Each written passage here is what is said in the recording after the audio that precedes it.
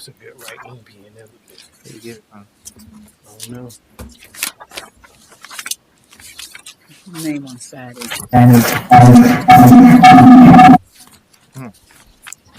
Pen plus Hello, gear. Mr. Petrosky. How are you? Hey, Evening. Dilly, how you doing?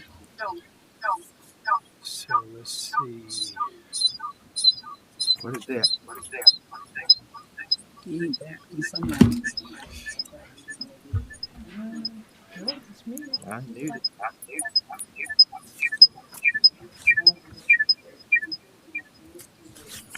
I don't think he heard you. it did.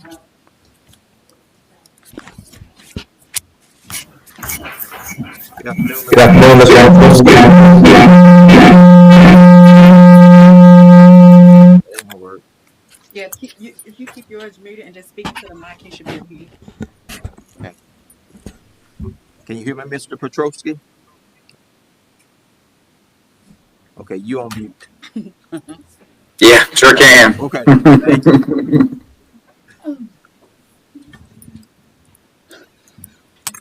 Hope y'all are doing well tonight. Doing well. Doing You? good. Outstanding. A half a day before I go on Thanksgiving vacation. Oh, yeah. Almost there. Cooking. No, I'm taking my specialty though. Water. Yep. He said his agendas are. Add the Christmas parade and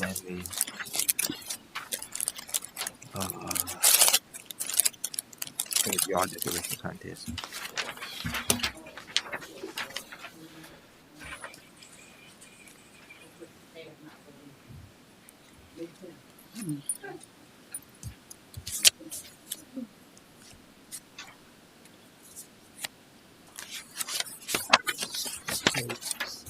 So this didn't really change a lot either. No, I just moved 2 items from new business to old business. Oh, maybe that's what I'm overlooking.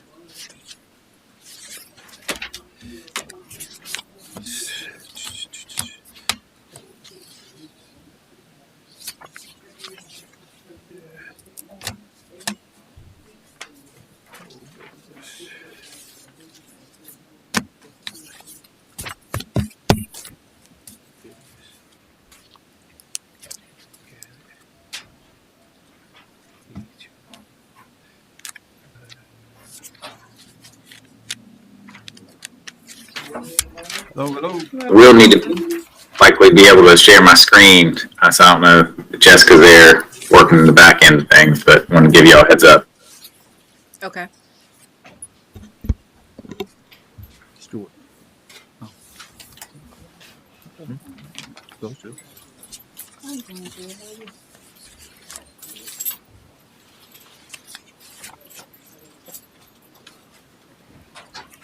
Got a lot of email. Good evening. Evening.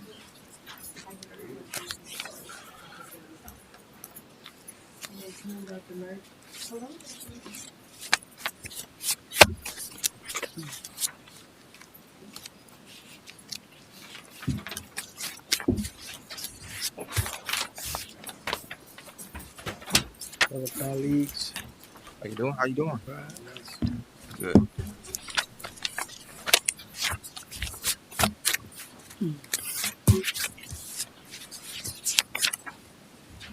Got a little over a minute before we get started.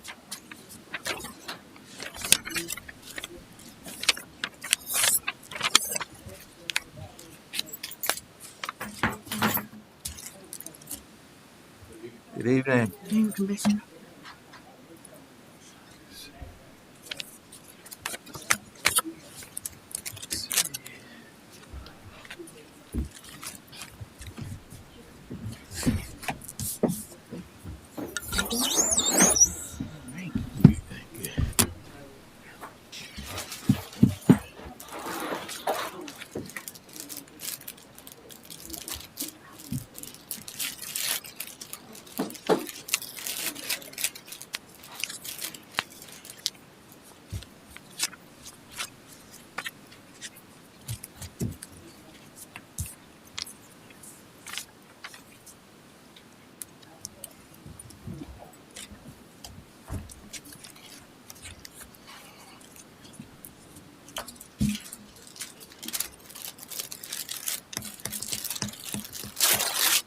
No.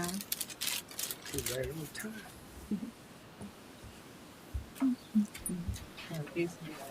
Yes, yes, indeed. We got started.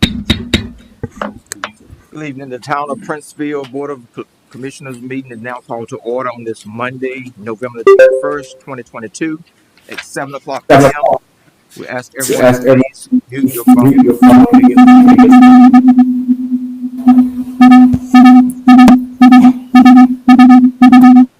Thank you. Mayor Pro Tem, if you'll bless us with the invocation, please. Let us pray. Most gracious, all wise, and eternal God, again we come before your presence. As always, God, we thank you for the privilege of prayer. And God, we thank you for the power of prayer. Thank you, God. God, from the onset, we commit this meeting into your hands. Yes. God, as we discuss the affairs of the oldest town chartered by blacks in America, our beloved Princeville, God, we ask for your will to be done. Not ours, but yours. Yes, God. We pray, oh God, that you would direct our thoughts, Please, Jesus. season our words, Yes, God. guide our decisions and actions toward the right path. Yes. And then, God, help us to stay on track. Yes, God. God, we dare not engage in backdoor politicking, attempting to push an agenda that's personal more so than professional. Yes. But God, keep us on track. Keep us, God. And then, God, even when we have difference of opinions, I pray, oh God, that you would continue to allow us to maintain a spirit of unity Yes, God. as we attempt to move our beloved town forward. Yes. God, we thank you for the citizens that are present, Thank you, Lord. those that desire to be here. God, we thank you for those that are joining us virtually. Yes, God. God, have your way in this meeting. We seek your wisdom, your guidance, and your knowledge. For your will is what we want. Nothing more, nothing less, and nothing else. Yes, God. In Jesus' name we pray. Amen. Amen. Amen. Thank you so much. Thank you so much. Are there any public comments? No public comments. Okay. If you'll read the announcements, coronavirus testing, Optimus serve on Monday and Tuesday from 10 to 4 the Town Hall parking lot. The Christmas tree lighting ceremony at Freedom Hill on November the 27th at 6 p.m. The Princeville Christmas Parade, December the 3rd at 1 o'clock p.m. Application deadline is today. Application deadline for the Princeville Yard Decoration Contest is December the 2nd by noon. Are there any adjustments to the agenda? Yes, Mayor.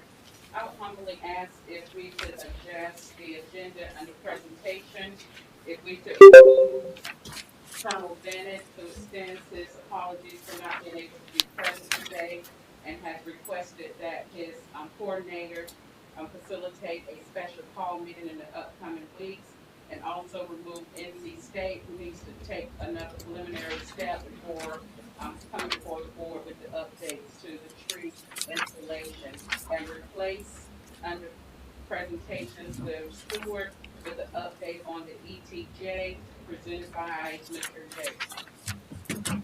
So I don't see anything for NC State. Number 2 under presentation. It's just one that I have.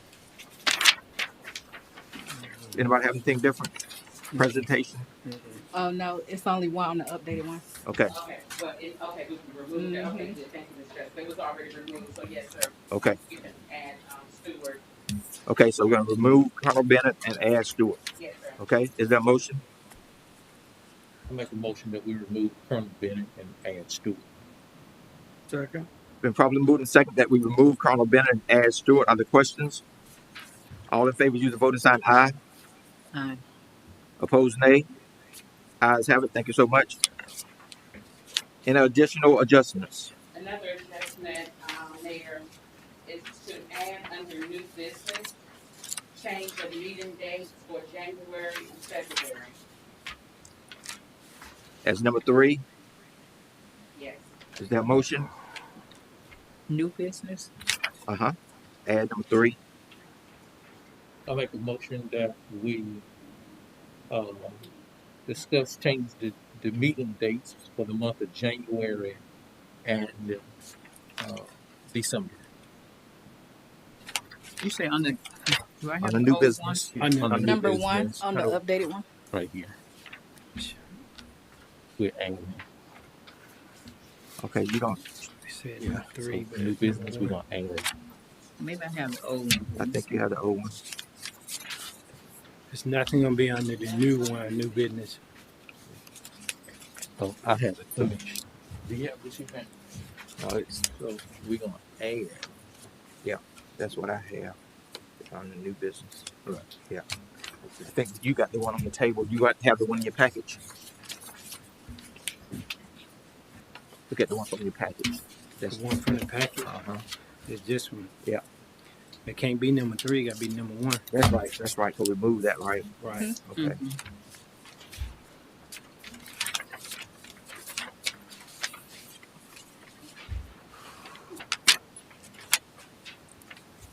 So you're right. We're gonna have to add on the new business number one. Change meeting dates. December, January, and February. December, January, and February.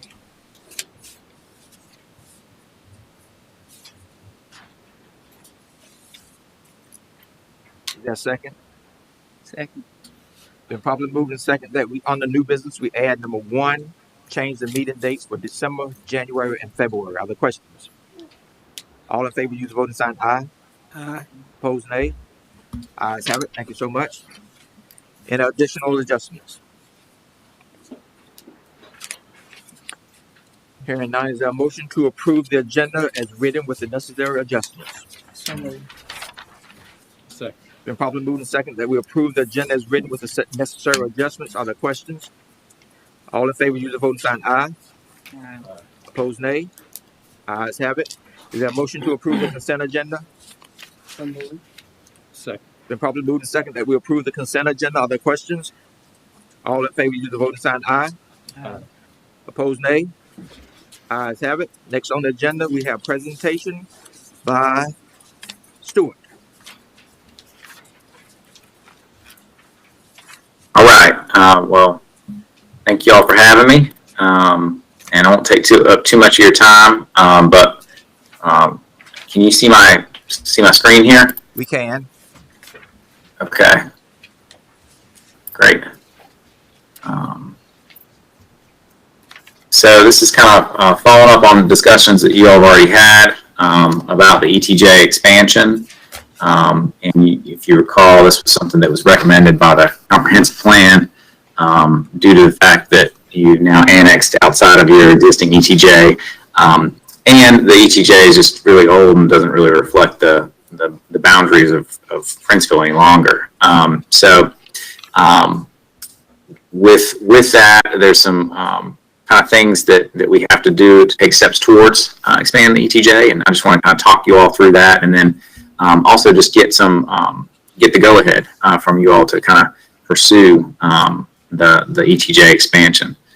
So according to state law, ETJ is limited for a town of your size to within 1 mile of the contiguous corporate limits. In this map on the screen here, the contiguous corporate limits is shown in yellow, and then a 1 mile buffer would be that blue area. The area in red is the potential ETJ expansion area. It would include growth areas near US 64 and then also east of town. We can kind of move forward with this and take the next steps. But I wanted to confirm the area that you all wanted to include in that potential ETJ expansion. And what we talk about tonight doesn't approve the ETJ. There's just a number of steps I'll go over in a minute on kind of that we can take to get to that approval. But I want to kind of confirm the direction on what area to potentially include in that ETJ. And that red area was what we had drawn. We worked with staff and drew that red area, potential ETJ expansion area. we did have a conversation with Edgecombe County, the planner there, Katina, and then also the county manager, Eric. And one of the things that they wanted to have us think about is if we could not split parcels. So have a portion of a tax parcel or property in the Princeville ETJ and then also in the county jurisdiction, because that makes it kind of complicated. If somebody wants to do something, they don't know who to go to for what. And, so the one property that is split that we had drawn in the initial map is shown in that red area there, kind of the northeast quadrant of the intersection of Shiloh Farm and 111. So I would probably suggest that we take that area out, that parcel out, and not include that in the ETJ expansion, because that would leave that parcel half in and half out. And that's not to say that you all, the property owner might not come to you all and say, hey, we want to be voluntarily annexed because we want town services or something like that.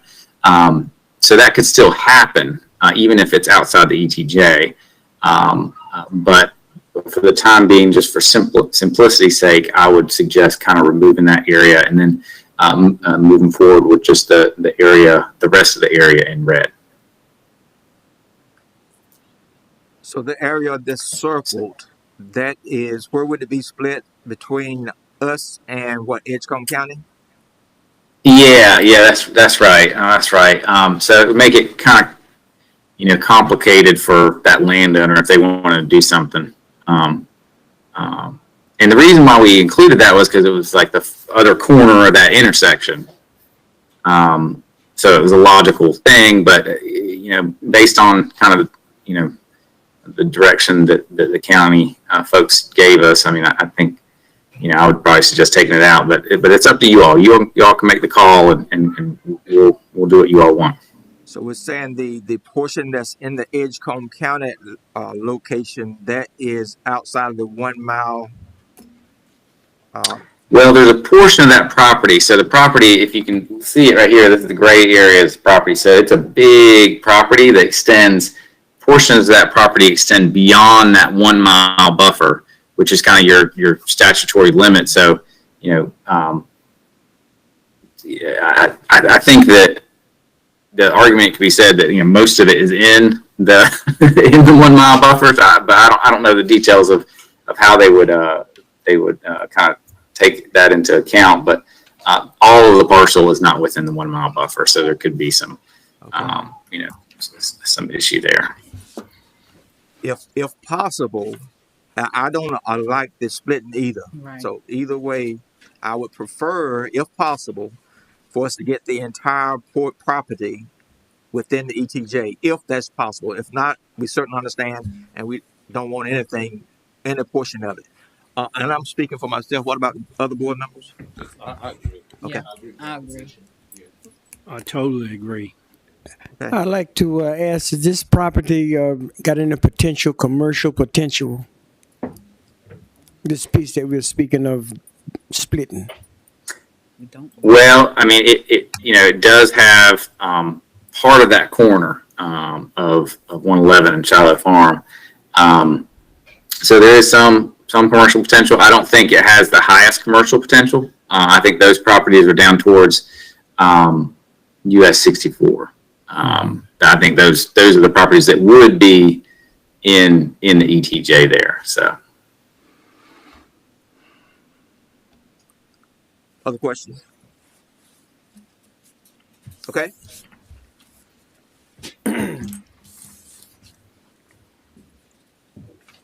Anything else, Mr. Petrosky? So if y'all are good with that, I mean, what I'd like to just talk about is just kind of, if you all kind of vote for us to move forward with ETJ tonight, this is kind of what would happen.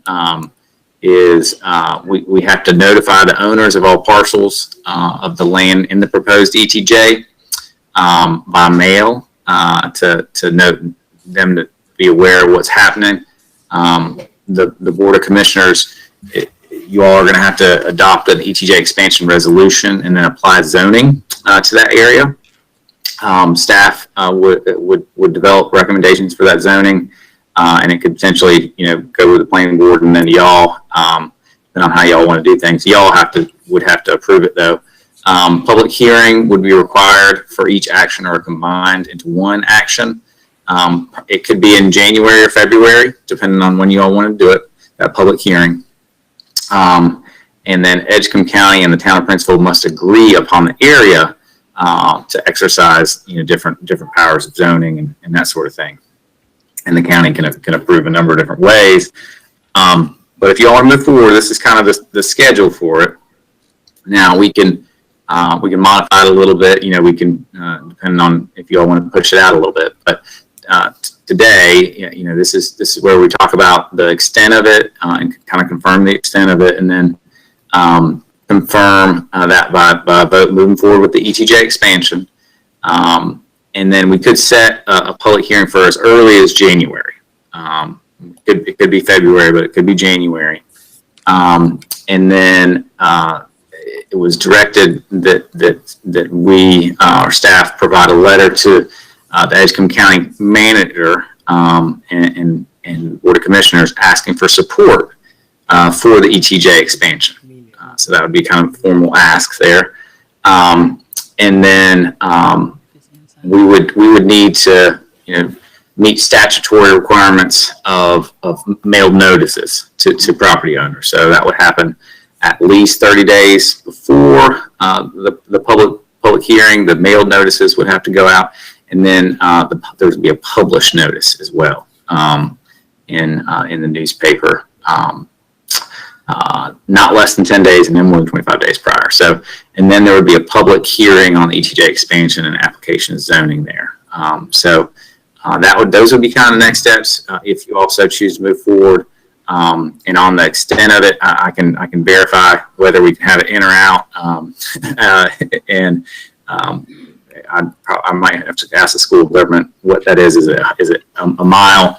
The whole parcel has to be in the mile, or just has to touch it. I think that, and we can take your preference and kind of move forward with what you want to do there. Okay. What's the pleasure of the board? Make a motion that we allow Stewart to pursue the ETJ expansion. Second. It's been properly moved and seconded that we approve the ETJ expansion. Are there questions? All in favor, use the voting sign aye. Aye. Opposed, nay. Ayes have it. Thank you so much, Mr. Petrosky. Thank you all. Have a good Thanksgiving. You too. Thanks, you too. Next item on the agenda, we have the department reports, finance reports, check details, questions, comments, concerns. I have some. Okay. I'll look over my desk note. Right.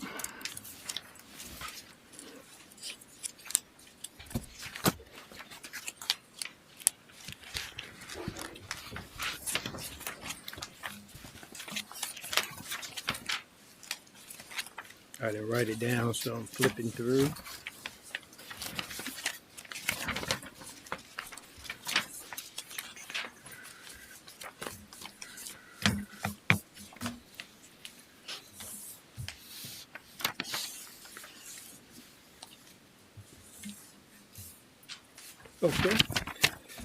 Okay, debit card.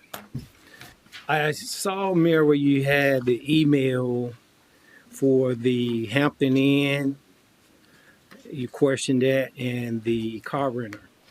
But I did not see any meal ticket or airline ticket included. Was there any meal tickets or airline?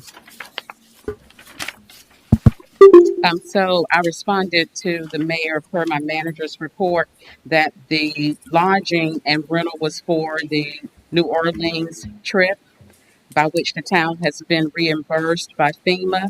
Meal tickets and the airline was covered for FEMA, and we covered our own meals and were reimbursed for our meals during the travel time. Can we get a report on that documentation, please? Ms. Jessica has documentation. Our interim finance officer has all the documentation. Yeah, I would like to see that.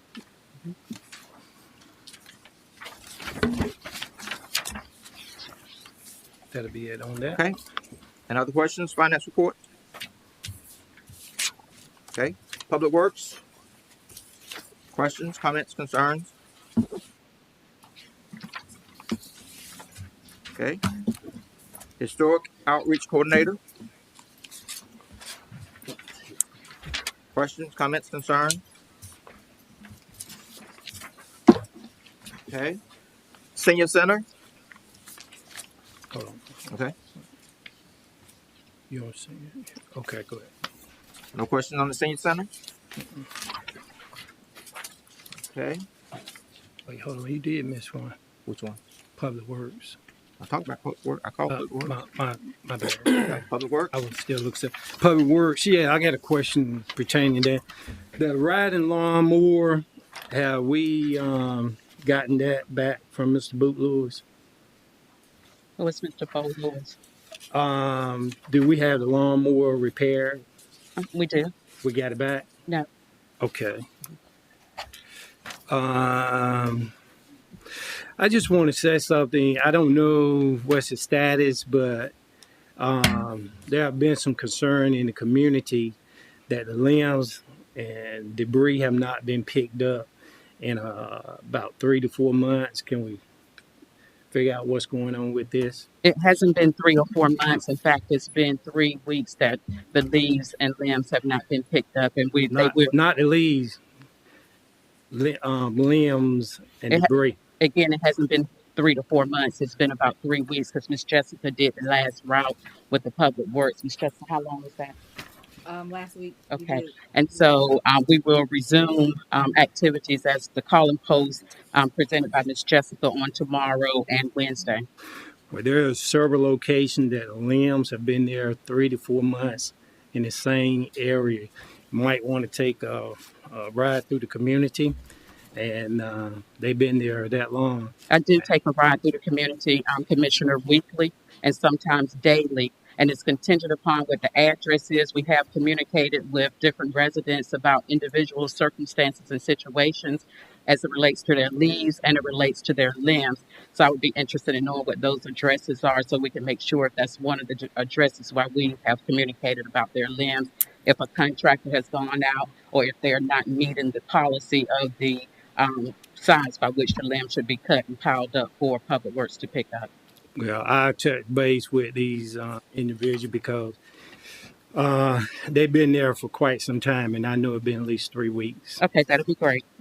Correction, at least 3 to 4 months. Also, the drains, they are full of debris. There's no flow whatsoever. Mayor Jones walking through the neighborhoods the other day, he saw it for himself. I pointed it out. He just shook his head and kept walking. I didn't want to have no conversation. He didn't want to have no conversation because I didn't feel that was necessary, but I did point it out that it been like that for quite some time. If you see that, Commissioner, I would humbly ask any commissioners, if you see anything in the community, we don't have to wait until we get to the board meeting. Please call the town hall and let us know so that we can work towards resolution in a timely manner. Well, you just stated that you ride through the community on I can't see everything, Commissioner, so that's why it's important that we work collaboratively. You may see something that I don't see, and then if you see something when I'm riding, I trust but verify that things have been done. As I mentioned earlier to this board, it depends on the individual circumstances. The reason why the limbs may still be in the locations that you've seen. So if you would call to the town hall, we would give you an update on that individual circumstance so you would know why those limbs may still be in place, particularly if it's in one of your wards that you can communicate and assist us with the residents of your ward. Well, I'm not referring to the limbs anymore. I'm referring to the debris in the street drains. Give us a call and let us know. You got public work guys out in the community on these various streets. They are. And there are no reason why they cannot take the necessary time to do what need to be done or either bring it to your attention. They do. Well, it's been like that for a while. Okay, we will resolve that, Commissioner, as soon as possible. Thank you so much for that report. Also, let me see. Have we hired anyone with license Not as of today's date. Because we need somebody with a license That's being to. resolved. Okay, can you give us a status report? As of today, we have not hired anyone with license. Have you put out any information, or have you interviewed anybody Yes, we or have. any potentials? Yes, we have. Okay. And as soon as we find someone, I'll be more than delighted to inform the board. Okay. Well, those are some things that have been lingering for quite some time. There have been requests for some trash cans, road outs per se, and they have not been done. I think if we are lacking in that area, we need to pick it up. What trash cans? We deliver trash cans every day, so I'm interested in hearing what the locations are. In fact, we just delivered Miss Jessica trash cans on yesterday and picked up recycling bins. Well, yeah. If have anybody else call you, Miss Rose? Not today. Not today. Mm-mm. 2 weeks ago. If we did have some 2 weeks ago, they were already delivered. Okay. Well, my understanding they have not. But anyway, I'm just bringing it to your attention. I'd like to add something on that too. In Ward 1, right at the Falk, the last light, there's been a trash can there for at least a month or more. Mhm. I'm thinking about moving it myself. That'd be great. But it's been there long enough for someone to see that there's no resident, no home, no dwelling. It's just laying there. And that needs to be removed because it's an eyesore. And the gentleman next to me is moving in an old empty house, and he's taking the liberties of cutting down some trees in the front yard. And I'm going to be seeing how long they're going to stay there. So you need to know that's something we need to watch Okay. at 405 Yeah. Mutual Boulevard. You all just let us know, Commissioner Bullock As soon and as they finish, Commissioner. I will. Yeah, let us know. Just call us. I mean, if there's anything in the community in your particular ward that has not been resolved, just give us a call. We do work orders every single day. Every time a citizen call, our Will do. process is that we do a work order, and Public Works has a minimum of 7 days to respond to the work order, and then sign it. We file it, and we consider that done. So anything that you see, again, I would encourage and humbly ask the board not to wait until we get to a board meeting. Give us a call. We go through a process every time someone calls. I trust but verify, or my team trusts but verify, especially Public Works. And so let us know. We'll be more than happy to resolve situations. But when you're out there, the communication would be very important because you may not know the circumstances why limbs, leaves, or trash cans are still in certain places. But as far as the trash cans and recycling bins, we're spot on with that. Every time someone calls, the last one was Indigo Lounge, and where was the other? King Avenue. And King Avenue. So we're spot on with the trash cans and recycling, even so much so as communicating with GFL when citizens call in and express that their trash have not been picked up or their recycling bin has not been picked up. So otherwise, just let us know if there's any other concerns in the community. You don't have to wait to see what we're going to do. Let's work collectively with the same mission to make sure that this community is clean. So we welcome those calls. Well, I would like to say this. We have addressed, and I don't know the circumstance. If you can tell me the circumstance why the trash and the debris is still by the daycare center over there on Dancy or whatever the name of that street, been across from Miss Deborah Bennett house for quite some time. It been there for 4 months. Mhm. Have not been moved. Can you tell me the circumstance why it Absolutely. haven't been moved? It's certain debris that GFL does not pick up. The owner of the home have been notified, and it's their responsibility to remove that debris. Well, it's been 4 months. They haven't moved it. Well, how have we notified them? We sent a letter to them of notification. Any response? No, it has not been a response. We So also, what is our next step? excuse me, Commissioner, we also found the phone number and we called and notified them. Our next step is to loop in the attorney and abide by our policy and procedure and our ordinance and what to do if citizens don't respond. Is at this point, it's not our responsibility, it's the homeowner's responsibility. Well, we need to make some kind of other form of action moving forward to make sure that this happens. That's ridiculous for that type of debris to be there for this period of time. Mhm. Go ahead, Mayor. Okay.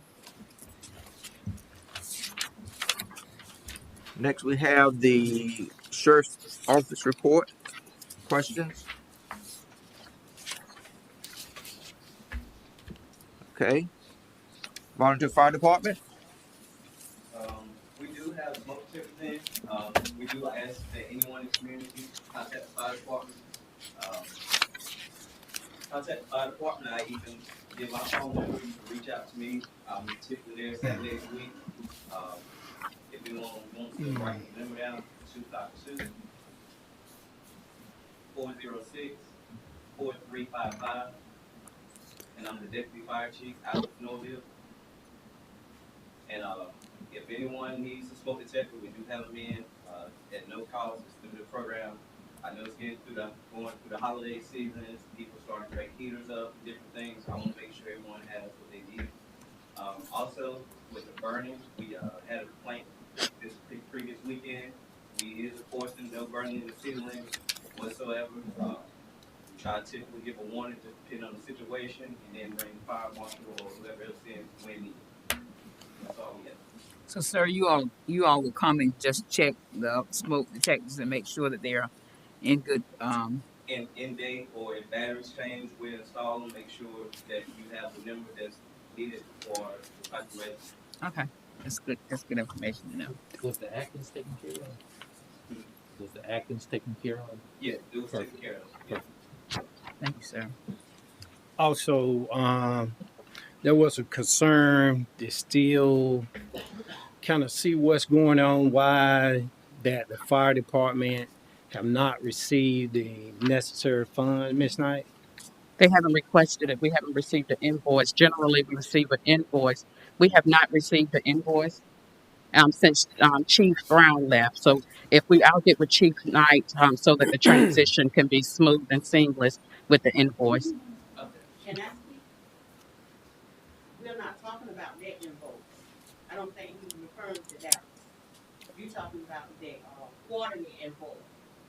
We're not talking about that money. We're talking about some more money.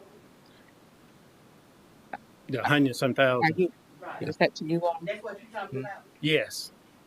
So, as the board remember, Chief Brown gave a very extensive update on, if we're referring to the FEMA funds, and we're coordinating that with FEMA at this time. And before Chief Brown left, he came before the board and provided you all with an extensive update. That process is still well underway, and I'll give you an update as soon as we make some progress. We both asked for an extension prior to his departure to give us some additional time to resolve the matter. And also, I spoke with Director Brown, and he stated that he will follow that process all the way through. Thank you. You spoke with who? Director Brown. Oh, you're talking about Chief Brown, ex-Chief Brown. Getting back to the fire department, I've yet to see any lights when you guys are moving the vehicles in and out. That flag or that banner that runs across is supposed to be a caution light. Where are we on that, Dr. Knight? With what? The caution light for the safety of the exiting and the entering of the fire vehicles. They took on the ownership. It's been quite a while. Yeah, they took. The light actually does work and operate. That light times out at 1 minute and 7 seconds. From the time you press that button to the time it goes off, it's 1 minute and 7 seconds it times out. After 1 minute and 7 seconds, you have to activate it. So by the time we respond and in the truck, that probably 1 minute is gone out through the window. By the time my guys get on the pad, shut the doors down safely, and get back in the truck, that minute pretty much is already passed. Can you operate that light from within the cab? No, that's something that's already have wired up and manual that's inside the building. Do you think it needs to be adjusted, maybe longer, or so you can adjust it yourself for safety? That's something to the DOT have to mandate or figure out. DOT. Therefore, I can reach out to them and see. Okay. Other questions for the fire department? Thank you all for what you do, as usual. Okay, town manager report, senior center. Before we go there, Mayor, you see that there is a extended gratitude from the team that was here, the UNC tour team, Tar Heel Travels. They donated $200 towards operation, by which was obligated for the senior funds. And this is a copy of the money order and also a copy of the card extending thanks to the team for such an excellent tour during their stay, during their visit to Princeville. You said to the senior citizen. Hmm. I was going to read this because I think it's important that people know that we are doing some positive things. It has Dr. Knight and Miss Joyner talking about Commissioner Joyner. We wanted to say thank you for your time with us on the UNC bus tour. Both April and I left proud and inspired by your determination and commitment to the upholding and restoring Princeville. Sometimes it takes a village. So glad for your helping hand. We hope that this donation will help support your work. This from Kim Ramsey White and April Parker of UNC Chapel Hill. Thank you all for what you do as usual. Keep doing the good work. Thank you very much, Mayor. And we also recently provided a tour to the DEQ team most recently, and also joined them in a platform in Raleigh, by which went very well, just having a discussion around building partnerships and collaboration. And so that went very well, and Princeville was well represented. I would like to ask Commissioner Joyner to give us an update on the trip to New Orleans. What you told me inspired me. For them to ask us to come to help them. Absolutely. Mm. FEMA requested that Dr. Knight and I go to New Orleans to a small community there that was so similar to Princeville, that because of the population of people there. I believe it was 154 houses that were in this Ironton, Louisiana. It's an all black community. The citizens there were affected by Hurricane Iams last year, and every house in their community was destroyed except 8. Those 8 were the ones that were elevated on stilts, and the rest of the citizens have been relocated, living with family members, some in hotels. Um, People there, spirits were very broken when we got there. They have had because it's unincorporated, the government is not as helpful to them as they are to incorporated towns such as Princeville. They don't have elected officials, but about 9 people there came together to try to pull the community back together, trying to reach out to FEMA and anyone else that they can to help them in their endeavor to get back home. One of the other things that FEMA asked Dr. Knight and I to do is to visit uh, Louisiana State University and Southern Louisiana. yes, Southern Louisiana, to talk to them about our relationship with the universities in North Carolina who are partnering with Princeville to help us to rebuild, and in every effort that they are doing to make sure that we are coming back bigger, better, and bolder. We did, in fact, go to the colleges, 2 colleges, and we spoke with the chancellor of Louisiana State, and we told our story of Princeville and the partnership that we have with the colleges here in North Carolina. And the chancellor was so moved and so impressed that all he wanted to know was, what can we do? Now, mind you, Ironton is a small community that's outside, that's out in the country part of Louisiana. Many people right in New Orleans and Baton Rouge, right in the same state, had no idea about this community, had never heard of it. The people there were very, very broken because no one had really reached out to them, except one. I believe it was a private kahuna that invested some money into the community, and because there were no businesses per se there, and they had to funnel the funds through a business. They funneled it to a church that was there. It was the only business there, and it took a while for them to get the funds from the church to bring it into the community. We had an opportunity to speak directly with the citizens that were there in the community in a town hall somewhat meeting. And the citizens were to the point, FEMA had warned Dr. Knight and I, and so had those 9 board members, well, not board members, but citizens who had come together to form a coalition to try to get funding into the community, said to us, now don't expect them to say anything because these people won't talk to anyone. They're just so broken, they don't know what to say. And after we started sharing with them our Princeville stories and some of the challenges that we were confronted with and some of the challenges that we are still confronted with, but how we have managed to maintain our community through help of the government, through help of the feds, through help of the communities, different entities, the people just began to one gentleman just broke the ice, I would say. And he just yelled out, I'm tired. I'm ready to go home. I'm tired of this. Nobody there to help them. And as a result of that, the other citizens started speaking about how they're challenging and where their hearts were and what they were feeling.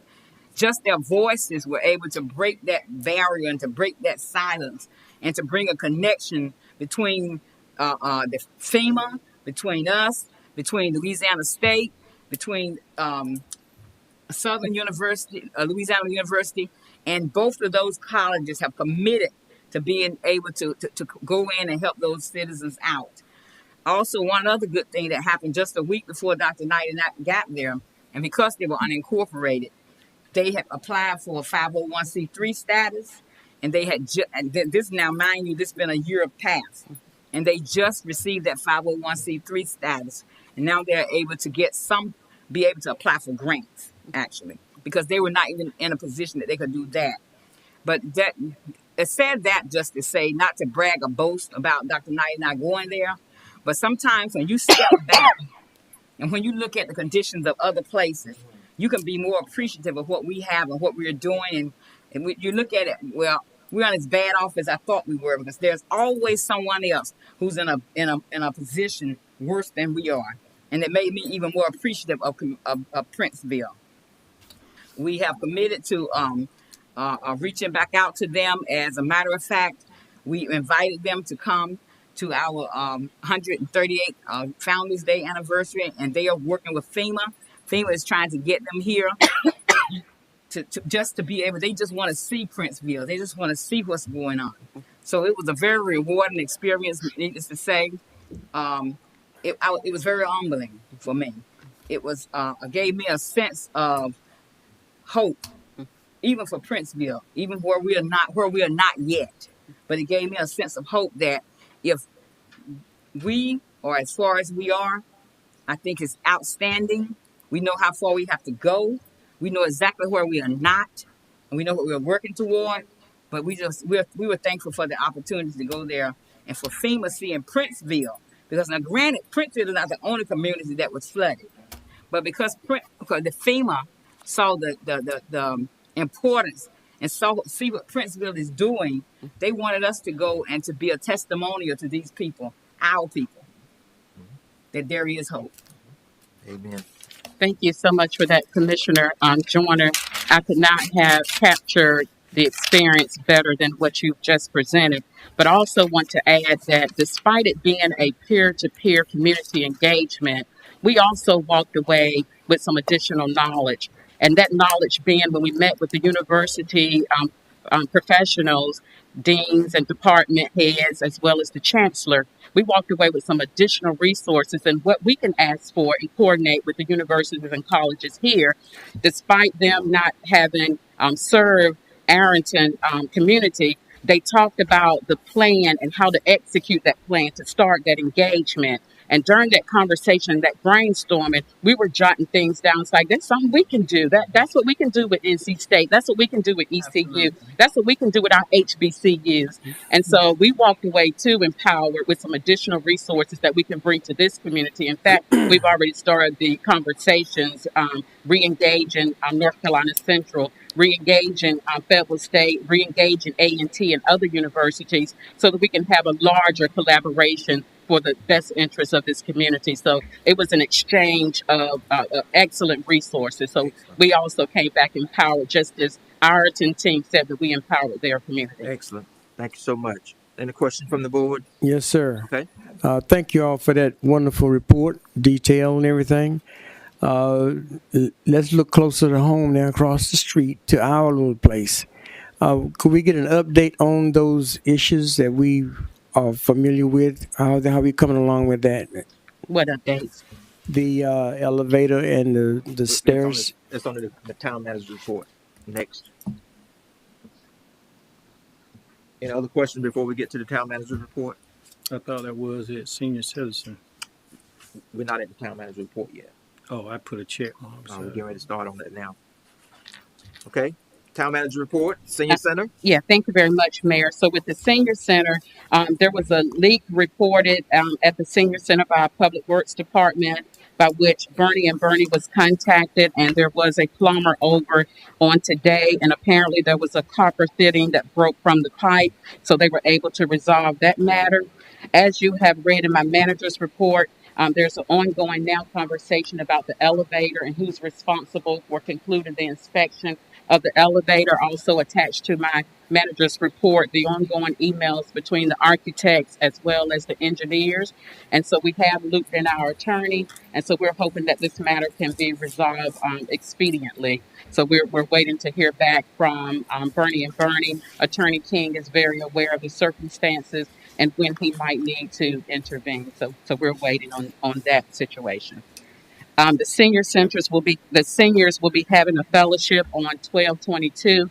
Ms. Tate, the director, extends invitation to all board members if you so desire to attend on tomorrow, starting at noon until 2 o'clock p.m.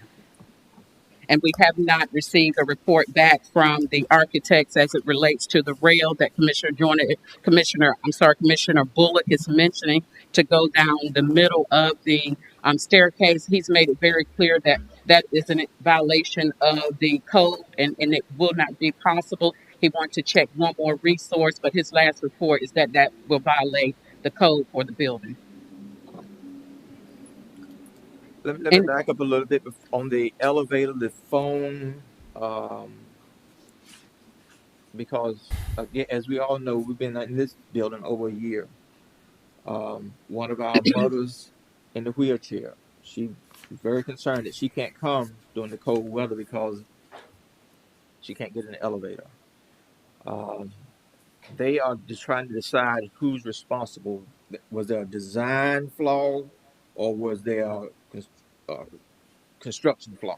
So no, neither. So they're saying the telephone line has been the ongoing issue. Okay. So as you well know, we've called Lumen. You know, we've been having challenges with Lumen from beginning of our stay here at the town hall, return to the town hall.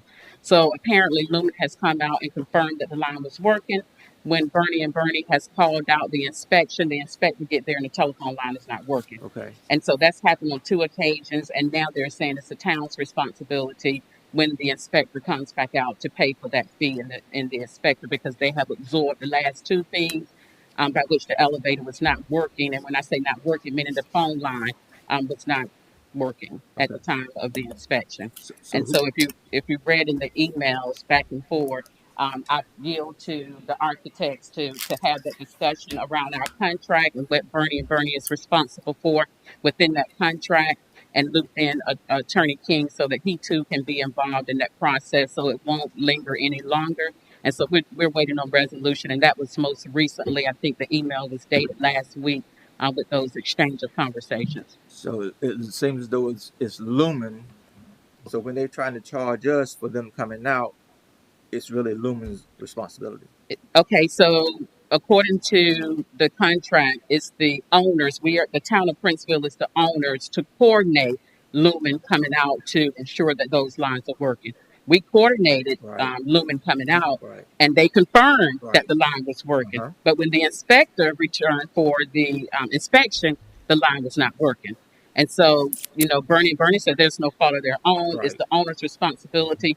But we as the owners have done what we needed to do to coordinate the services. In fact, the last time that Lumen was here, they called out of that line to the town hall into Ms. Tate's phone and it was working. Hmm. And when the inspector came, it wasn't working. And so you saw all of that within the email. So is this an additional line or is this just one line? It's an additional line. So the other line that is directed to Miss Tate is working, but the one for the elevator is not working. The elevator line is not working for the phone use within the elevator. Right. But the other line is working that goes directly to Miss Tate's office. The di- So the it's two lines, right? So the landline has not been installed, if that's what you're referring to with Ms. Tate's line. The senior center phone line has not been installed. So when you The, say they call Miss Tate, they call her cell phone? they called her cell phone. Thank you, Okay. yeah, for that clarity. I apologize for that clarity. So Yeah. the Lumen technician called Ms. Tate's phone from the elevator to confirm that it was working.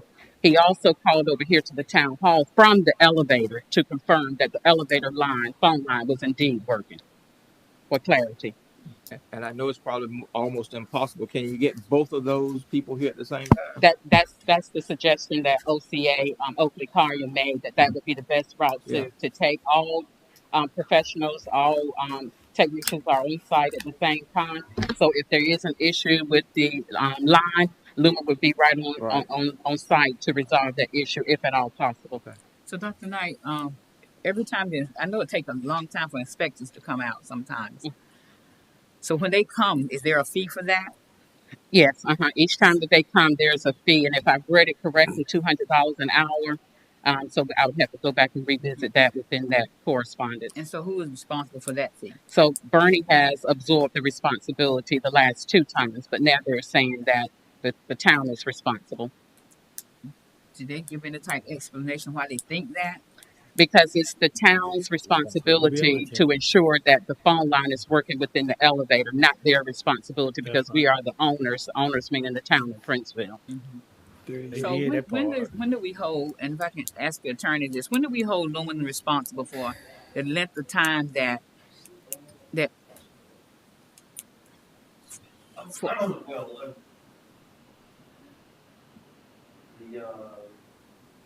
you wouldn't have no recourse for them except to not pay the bill. Because are you getting billed separately for that separate loan? We are.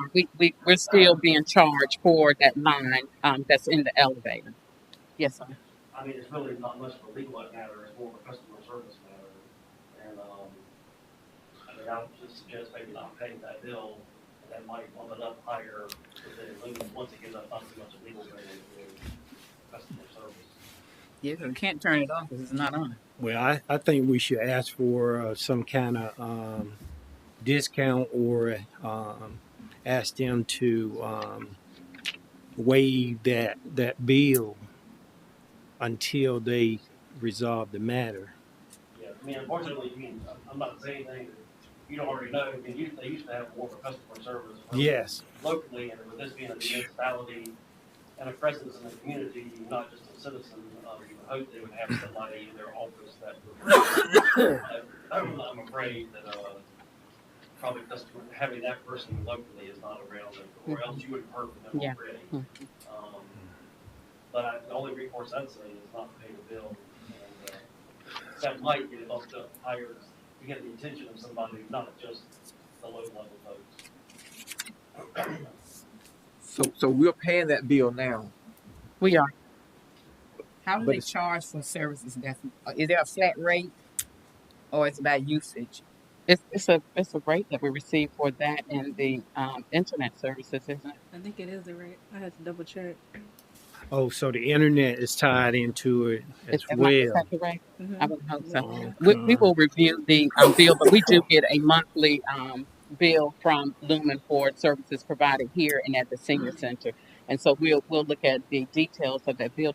We looked at it the last month that it was sent, but we'll look at it closely and extend that. But that we do receive a bill from Lumen monthly, and so the bottom line is that now we're waiting to see how Bernie will respond to the last communication from OCA, and maybe this board, I'll send out a communication.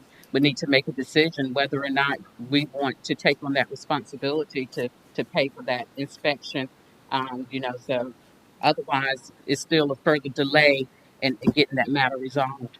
I think that's an issue between Lumen and Bernie and OCA because Lumen is saying it's working. They get out here, it's not working. So that's the issue right there. What's the problem? Why is it not working when they arrive, but it's working when they're here? The last time the technician said that a squirrel had torn up the line, and that's the reason why it stopped working from the last. Then they were actually on site and confirmed that it was working. That lapsing time of the inspection, when he came back, that was his assessment that a squirrel had eaten up the line wiring or something to that magnitude. Did they Um, show you? no, they did not, but Miss Bernie did capture that in her email response, and so they did not come over here and confirm that with us. And so, again, we're trying to resolve this to the best of our ability so that we can check this last thing off the list for the senior center to have access to the elevator. Okay. Dr. Knight, what would be the possibility of getting them to come before the board so that we can With who? with Bernie, Lumen, and yeah, those and ODS. I can attempt to ask Lumen to come. You probably will have a better opportunity with Bernie and OCA and keep in mind, Commissioner Joyner, I shared with you all direct emails from Bernie and OCA. Yeah. So that's directly from them and their account of the current status of the elevator. And so, they would come back and be repetitive to that email that I've already submitted to you all, and that was most recent as this week. And so, if you need them to come personally, I would be more than happy to extend the invitation to them to come. But I'm certain that you would hear the same exchange of conversation within the email. Okay. And it's not that I don't think that you are doing everything in your Oh, power sure. to get them, but I think sometimes that in business matters, people have a tendency of just kind of being willy nilly about things, and then if they can see all of our voices are in this, then maybe I think it might be worth trying. I would also recommend, Mayor, if you feel comfortable in extending an email to Bernie now that you have exchange of communication from OCA and Bernie and have a clear understanding of the status and express your concern and your expression that this really needs to be resolved if you're comfortable with that. And my major concern is Lumen because we've been having problems with them since day one. When they changed from CenturyLink to Lumen and they have a monopoly, do we have anybody that we can call to replace them? Well, good question. So the county manager extended an email to me, and they're working with the company, and they've invited me to the table to have a discussion around additional services for community. So we're having that, Eric said, tentatively on December the 2nd. And so that may be a resource for this community. Is that the broadband provider? Mm-hmm, okay. Mm-hmm. Now, we look in our contract to make sure if we break that contract, what are the ramifications? And it's a fee. Mm-hmm. How much? I would have to see, but okay. It's a considerable fee. Because this is unacceptable. This is over a year we've been waiting, and they still dragging their feet. This is. Move on. Okay. Calm down now. Museum. So museum, we currently put out a RFQ request for quotes for the Secretary of Interior, SOI, to ensure that the protection of the preservation of the museum is not compromised as it is registered with SHPO. And so we're waiting to hear back from potential interested organizations to that RFQ. And that's the request of FEMA for us to do because we had such a difficult time with the 106 review and SHPO requesting that it transform back to a school opposed to a museum.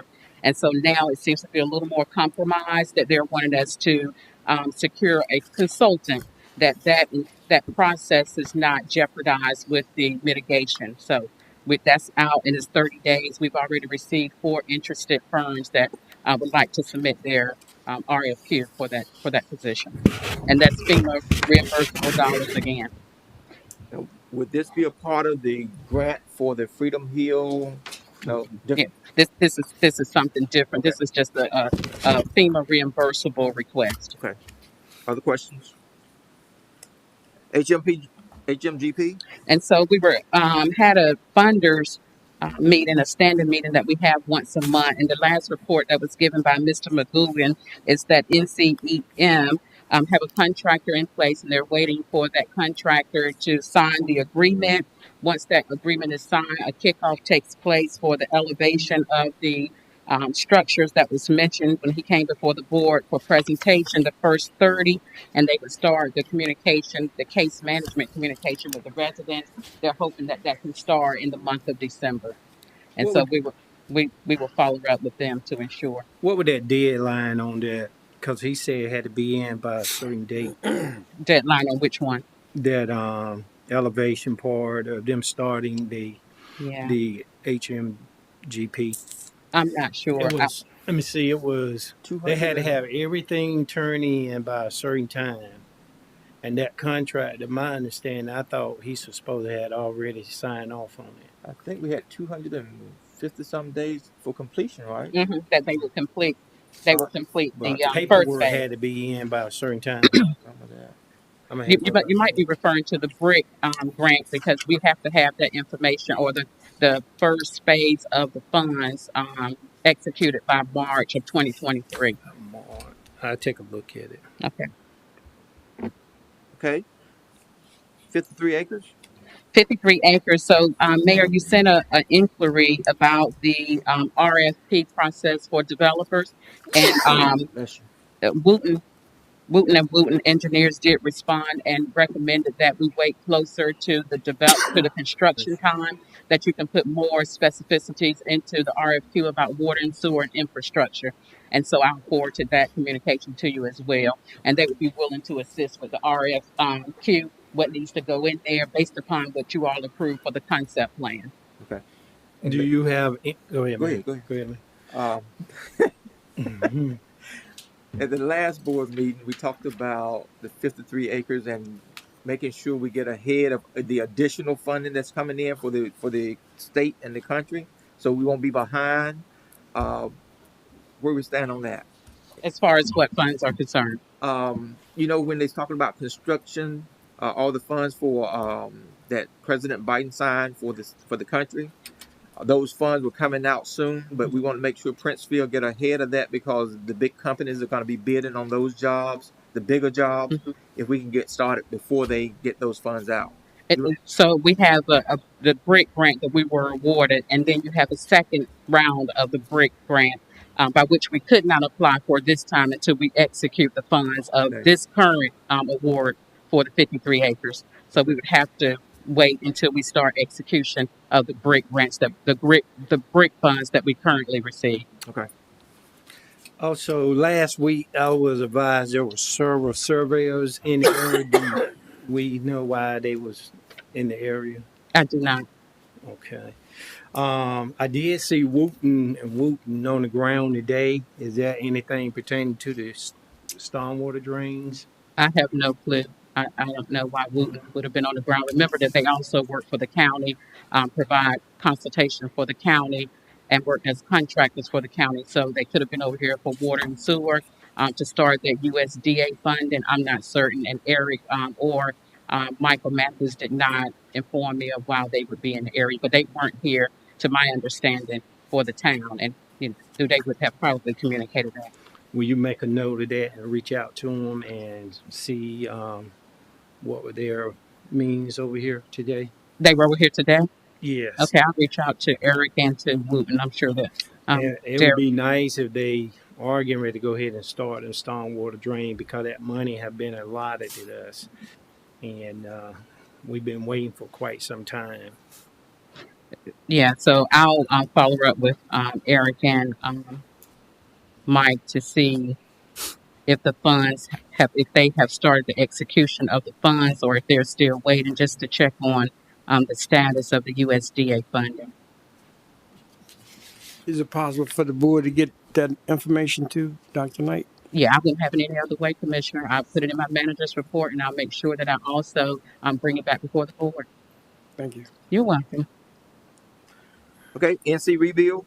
NC Rebuild. So this is the buyout program, and we're re-engaging NC Rebuild. We're meeting with Maggie, the manager, for this process on next week. Mary and I, according to her last email, there were 60 applications, and there are 16 that are in step 3. And so we're just interested in what that would look like to move the citizens through the stages, and if that's even necessary, based upon where we are with our community and the buyouts that was under the HMGP. So we'll have an extensive conversation to see what the status is, and if citizens are still interested that submitted those 60 applications to be a part of the program, considering that it's been 6 years. Okay. Questions? Okay. Attorney's report. Yes.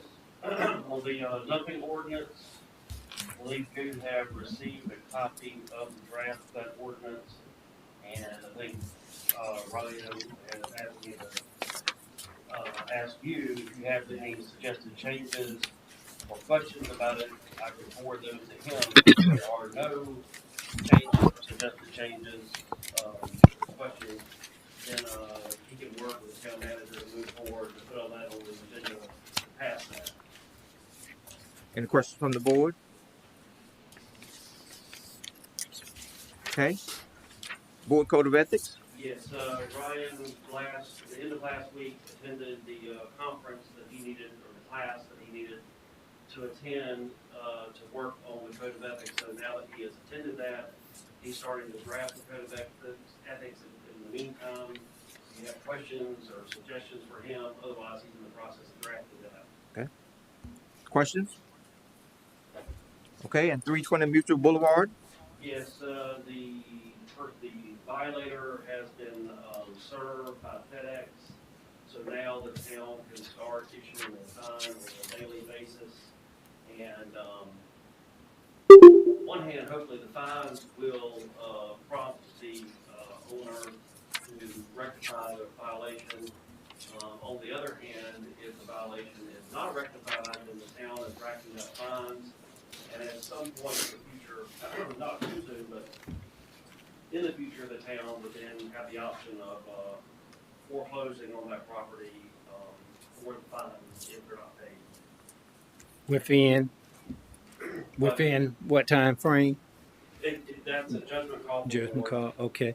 And what would be the amount of the fines or the fine I do not know that will be?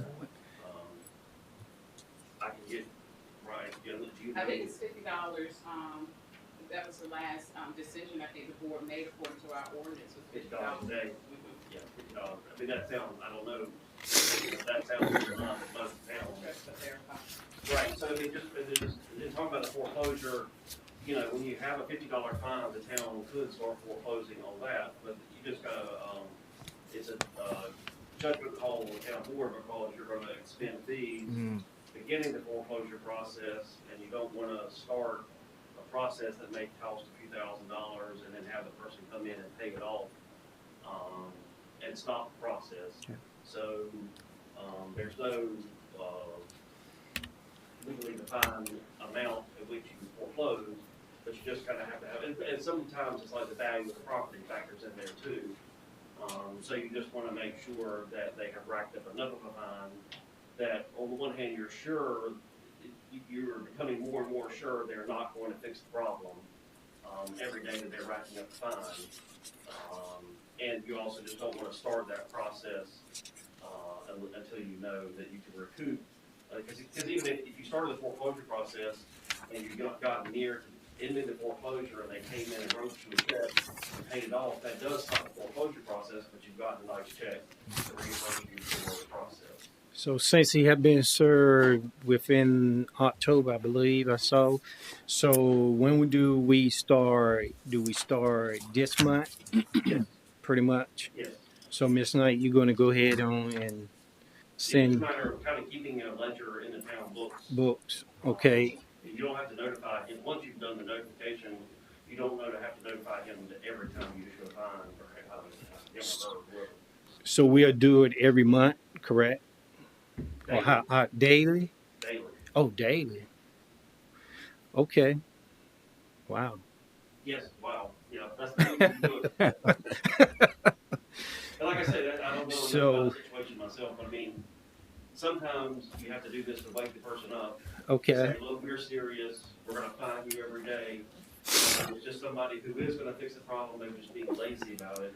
And so, it may be that situation. If it's somebody who's just completely throwing their hands up and aren't gonna do it, that $50 fine is what's confirming to you every day that they're not gonna fix the problem. And then you can start thinking towards foreclosure. Okay, so we got up here October the 5th. So what's your judgment? I'm gonna have to ask again as for then the starting date of this fine, so I can keep track. I need to look. Let me get Attorney King to give you that definite date. Okay. I'll need to look at what the actual letter to the person said and what the ordinance said. Okay. But it usually is written in such a way that you're writing a letter to them saying, beginning on this day, we're going to start to find you. Or you're Can't notifying retroact. them, they need to rectify the problem. And the letter usually says you have 30 days to fix the problem. And if after 30 days you haven't fixed it, then the fine starts. So I don't. So, That sounds about right. Yeah.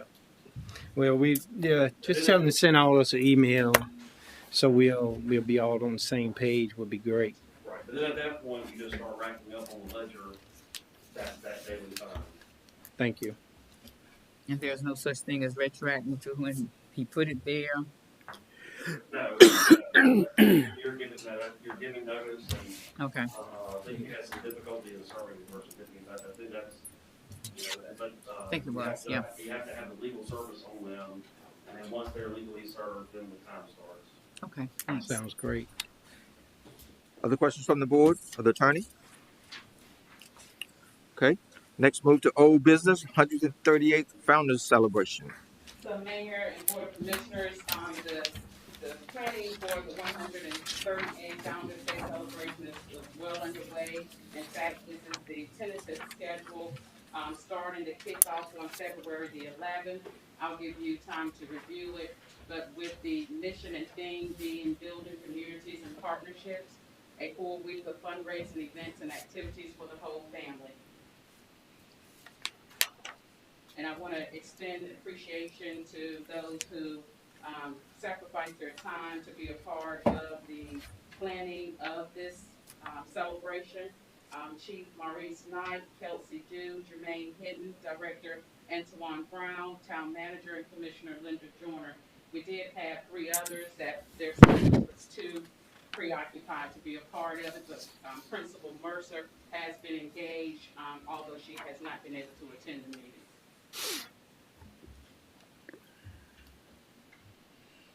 Is the gala similar to the one we did years ago? It is. Okay.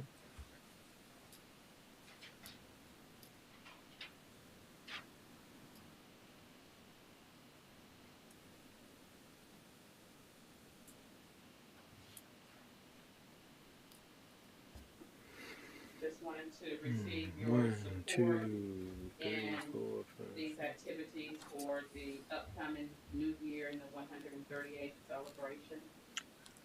And we will extend resolutions to all of our key stakeholders and partners within our neighboring communities that will go on their agenda for the month of December once we get the endorsement here.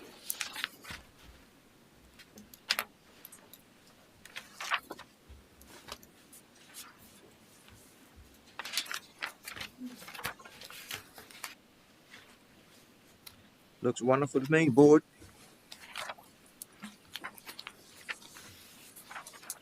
Fine with me. Looks pretty good to me as well. Okay.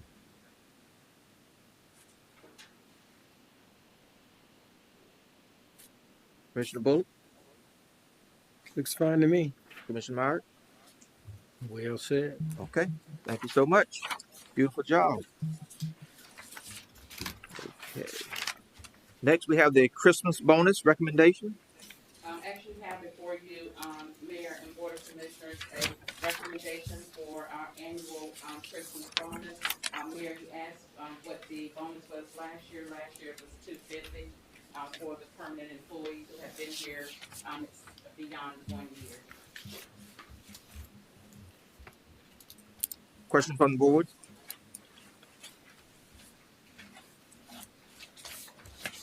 Is there a motion?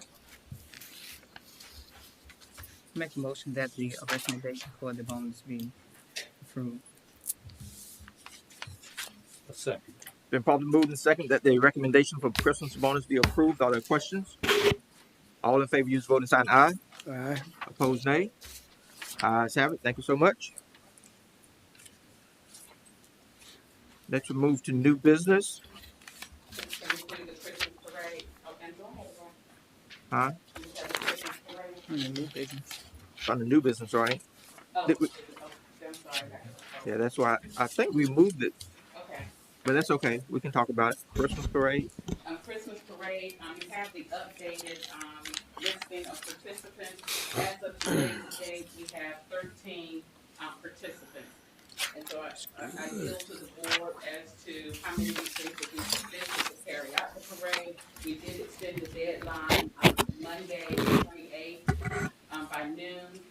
Mr. Jermaine Hinton has hit the ground running throughout all of his participation in the committee in promoting these events for the community. And as of today, he sent at least 3 additional participants to be a part of the parade. So what do you think would be a sufficient number to carry out the parade?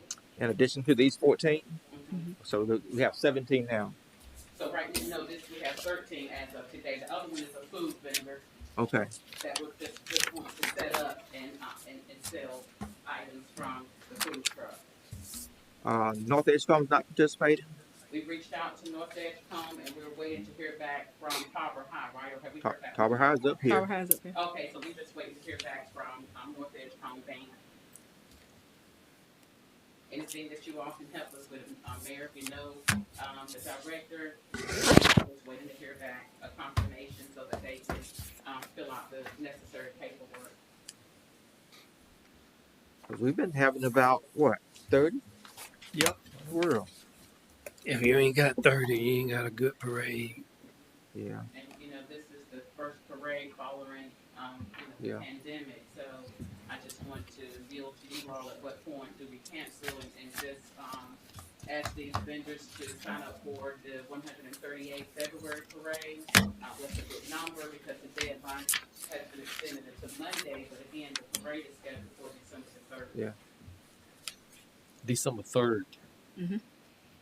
I say we cancel. I agree. And ask them if they would be willing to accept an invitation for our 138th anniversary. Okay, put that in the form of a motion. I make a motion that we cancel the Christmas parade for this year and for 2022. Request that the participants who signed up will be a part of our 138th Founders Day in February. Second. Been probably moved and second that we cancel this year's Christmas parade and ask the vendors if they will sign up for our 138th Founders Day celebration. Are there questions? Do we have a reason for canceling? Not enough people. We only have 14 participate. That ain't a good enough reason. No. Huh? That ain't a good enough reason. You just said you need at least 30. We said at least 30, but we still got some more that she stated that may be coming forth. No, so, he says 3. The 3 he got today was in this 14.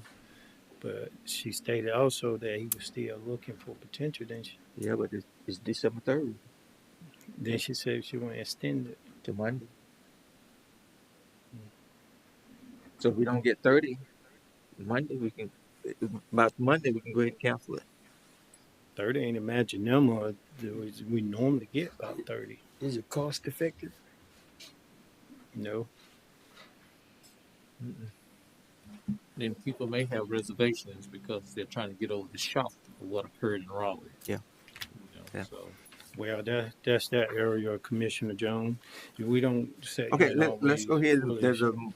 It's been properly moved and second that we counsel with the questions now. Are there questions? All in favor, use the voting sign aye. Opposed, nay. Ayes have it. The Christmas parade has been canceled. We ask those people to please join us on the 138th birthday celebration. Okay, next on the agenda, ARP education. With the ARP education, Mayor and Board of Commissioners, you have two submissions to provide the mental health component that was derived from your community outreach on that Sunday. Mayor, you have Victor Jones and Dr. Shaw submitted their quote and information to provide services whenever the board is ready. To my understanding, you all said from that meeting that you started the new year, and so at least you have some consideration before you. I didn't receive anything from Dr. Shaw. Me either. I just got Victor Jones. Okay, well maybe we'll get Dr. Shaw's to you. Okay. Okay. Okay, number 3, change of meeting dates for December, January, and February. If you check your calendars, please. So Yes. according to your ordinance, that when a meeting falls on a holiday, then you have the meeting the next business day. So the next business day for December would be December the 20th. Next business day for January would be January the 17th. Next business day for February would be February the 21st. So if you all desire to take that route. So what's the holiday for December 19th? Oh, I said January, February. Commissioner Jones, what's yeah, well, figure since it's the week of Christmas, okay, you can be doing the last minute shopping. We don't want to give them the freedom to do that. Speak up, sir. Sorry. Speak up. Can't hear you. The 19th is the week of Christmas. 19th. Okay. So you definitely don't do it on 20th then. Right. Okay. So maybe the week before, maybe the 12th or the 5th. Attorney, according to the ordinance, sir, how that's supposed to work? Can't remember the last name. Yes, sir. Yes, sir. Yes, sir. He was talking about the. No. I mean, in addition to the ordinance, if the board wants to reschedule a meeting, you can do that as well. So I think for the December one, you're not necessarily using the ordinance. Okay. Usually the board can just, as long as it announces it to the public and okay. By passing a motion tonight, you're making it publicly known. Then you can move the date to another date. And that's when, you're not moving that one necessarily because of a holiday. Because you want to move it. So what's the pleasure of the board? So what's the date? Still the 17th? The 12th or the 13th of December instead of the 19th. I thought you said the 20th. December the 20th. Not that week. Not that week. That's why we're trying to get away from Christmas week. Okay. So the week before. Okay, the week before. Okay. The 12th or the 13th. 12th is on Monday. The 13th is Tuesday. The 13th. Monday, Tuesday. I think the 13th. It's got to be the 13th because we got another meeting on 12th. 13th is good for me. 13th. Yeah. So December 13th. Is that good with you, Commissioner Bullock? December 13th? Yep. Okay. Let's do December 13th, 7 p.m. Is there a motion? Tuesday. Make a motion that the December meeting be moved to December 13th. Second. Been properly moved and second that we change our December meeting from the 19th to the 13th. Are there questions? All in favor, use the voting sign aye. Opposed, nay. Ayes have it. Thank you so much. Now we move to January.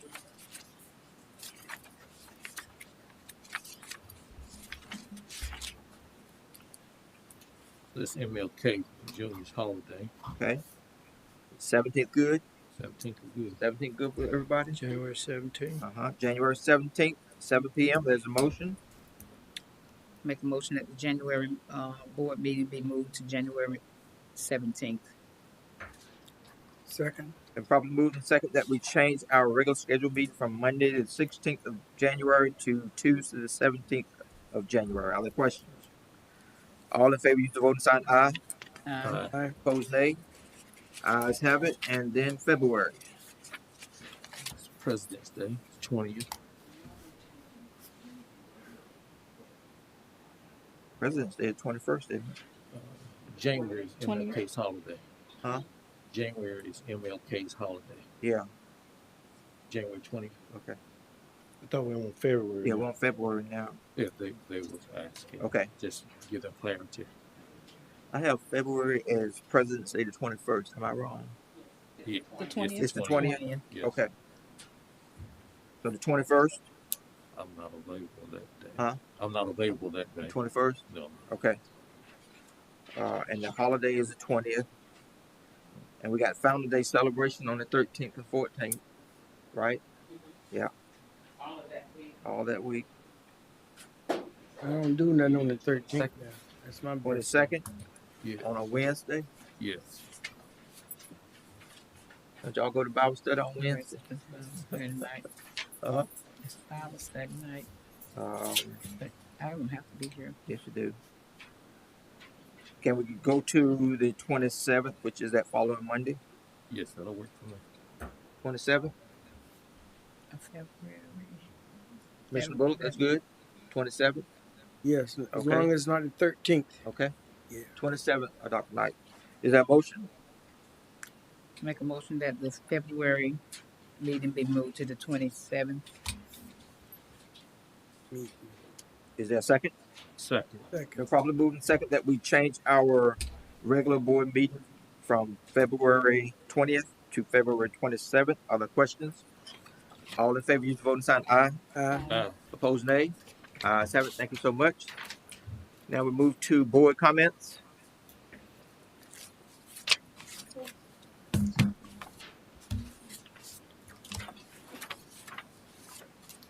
Let me just give the Upper Coastal Plain Council of Governments update. This is from the Planning and Development Services Department. Ben Farmer is the director, and this is the approval of the fiscal year 2023-2027 SEDS 5-year economic development plan for the 5-county region. The Upper Coastal Plain Council of Governments was designated as an economic development district by the United States Department of Commerce Economic Development Administration on June 26, 1996. Among other benefits, this designation allows member government, local governments, and allies access to EDA funds via the COG for public works and other projects in an effort to leverage job creation, community development, regional infrastructure, and workforce development projects of regional concerns. Another benefit of the Upper Coastal Plain EDD members and allies in funding to create and maintain for the 5-county region an economic development strategy entitled the Comprehensive Economic Development Strategy, or SEDS. The SEDS is reviewed annually and substantially updated every 5 years in order for the Upper Coastal Plain Council of Governments to maintain the EDD designation, provide priority access federal funding, and most importantly, help guide the region towards sound and sustainable growth. The said staff committee, PDS, Turning Point, and the Area Agency on Aging, and the said strategy development group, professional and community representatives from across the 5-county region, under leadership and oversight of the SEDS Advisory Committee, which is the COG Board of Directors, prepared a new 5-year comprehensive economic development strategy, SEDS 2023 through 2027. This plan for economic development for the region includes Edgecombe, Halifax, Nash, Northampton, and Wilson counties. It sets forth regional visions and an action plan that includes initiatives strategic activities, and the evaluation framework. It is based on an analysis of the region and its existing plans, a strengths, weaknesses, opportunities, threats analysis, and leadership and community input. The new SEDS is recently completed its 30-day public review process, and once the Upper Coast Plains Council Board of Governors has adopted the new SEDS, we will notify EDA on the same. Board recommendation of approval of the attached resolution, which formally adopts the new 5-year comprehensive economic development strategy for 2023 through 2027. So that's just an update of what we're doing at the Upper Coast Plains Council of Governors. Now, I think we as individuals know that we are here to serve the citizens of Princeville to the best of our ability and serve the town of Princeville. We all don't think alike. We all not going to have the same opinion about everything, but please let's just make a decision, vote, and move forward. Don't hold any animosity against anybody for any reason. The reason I'm saying this now, I went to a funeral on Saturday, 57-year-old. I'm 61. Outlived her. I went to a funeral on yesterday, 60-year-old. Outlived her. So I'm just simply thankful for being alive and have my right mind. Yes. I got a call from Mayor Harrison a few moments ago. He suffered a stroke probably 2 months ago. But there was a reason he had the stroke.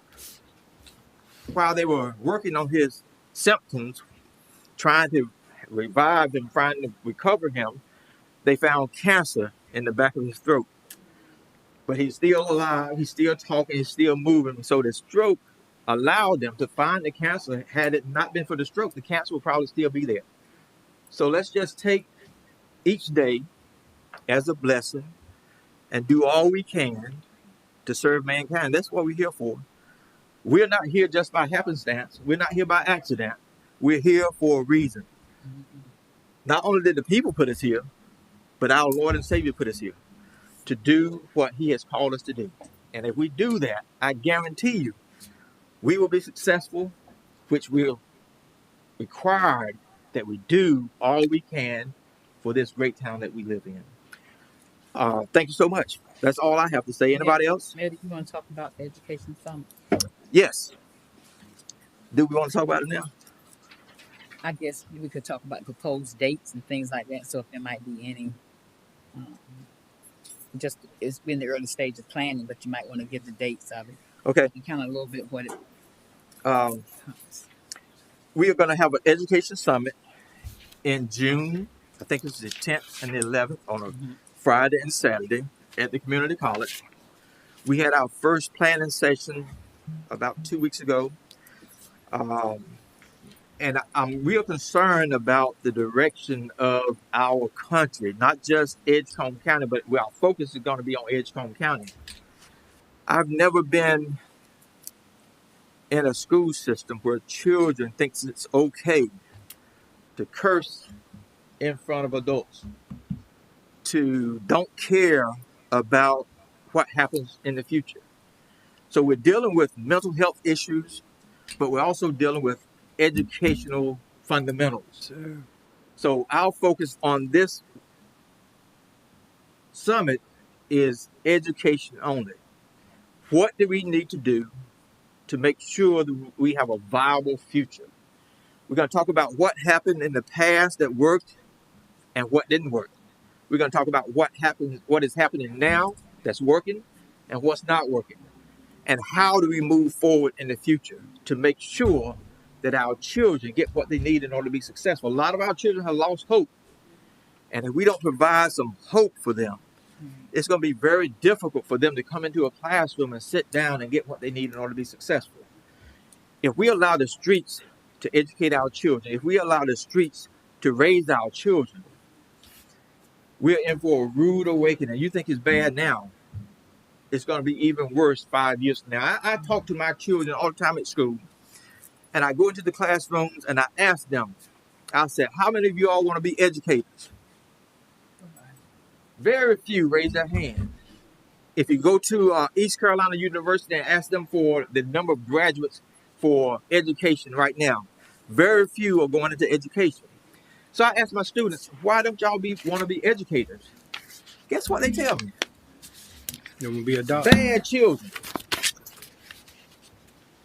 They don't want to be educated because they watch what they are doing in the classroom as so disrespectful to the educators that the educators are running out the door. They're leaving because they don't have to take this. But we as a society now, we want people to go to college, get a 4-year degree, and then be trained every year with something else and get paid the minimum there is and be abused by children, and then you try to correct the children, then the parents come in and abuse you some more, so people are not taking it.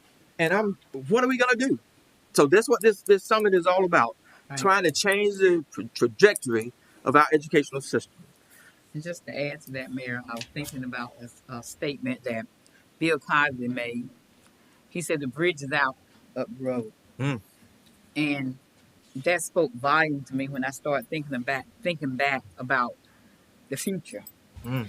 We have got to close that gap so that our young people, our elementary and junior high students don't get to the bridge when it's out. So I think this summit is so important, and hopefully that the entire board will buy into it, so that we can make sure that we are doing all that we can do to save our young people. And on that invitation list, we're going to have the state superintendent, we're going to have our local superintendent and the board, we're going to have the state board, we're going to have parents, and children. And children, we're inviting everybody. Our board, of course, is invited. Edgecombe County Board is going to be invited. All the elected officials in Edgecombe County is going to be invited, because we need to hear from everybody. How do we change what we're doing? Because it's a failing system. If you go to any school in Edgecombe County right now, I guarantee you have a long-term sub in some of the classrooms that teach the core courses: science, math, English. You're going to have somebody, STEM.